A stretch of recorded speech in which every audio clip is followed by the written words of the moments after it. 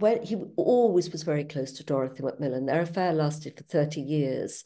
And when she died, and the affair with my mother had finished, Bob actually, he was prone to depression, mild depression, which is why he drank, but he sank into depression.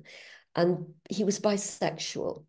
And he sought refuge actually from a cat burglar. That was somebody who he was introduced to, I think, by his manservant, who I knew very well, absolutely lovely man called Gordon, who now, in retrospect, I would definitely regard to be gay. He was from the East End. So he would have, introduced Bob maybe to some of these characters. And definitely there's one photograph of Bob sitting around a dinner table with Gordon and this cat burglar and Ronnie Kray. So I think that's how he was introduced. And remember, he did have this affinity with ordinary people from the East End. So that was already there. And the Krays had opened a gambling casino, Esmeralda's Bar. It was illegal gambling because everybody was, film stars, politicians from both sides, of the political parties were used to go there. And so it meant that Bob didn't have to go to Monte Carlo anymore. He could go to Esmeralda's Bar. And there he befriended Ronnie Kray, especially, who I met at Bob's flat. I mean, I just thought this guy was, I thought, I was visiting Bob. I can't remember how old I was, late teens. I just thought, who's this seedy guy that Bob is? And I was introduced as Bob's goddaughter. In fact, my sister was his goddaughter, but I thought, who is this weird guy? And anyway, he went quite quickly, but I just thought of him as seedy.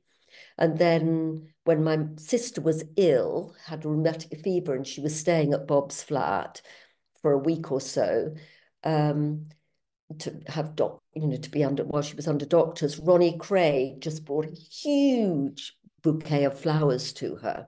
So there was obviously this friendship, genuine friendship between the Krays and Bob, the Kray twins and Bob. And I don't really believe he knew what they got up with.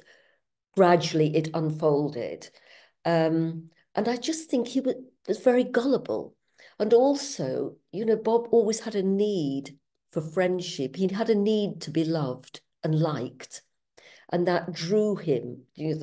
Ronnie Kray was so proud to be associated with Bob Boothby and other politicians like Tam Dayal that, he actually really encouraged this relationship, wanted to be photographed with Bob Boothby, and would definitely provide Bob, when this friendship with the cat burglar had finished, with young men, but they were never, and this is something I really want to get, as far as I can make out, they were never underage, never underage. It was just like Ronnie Kray. And there were these debauch parties in the East End. All this lasted for about a year and a half.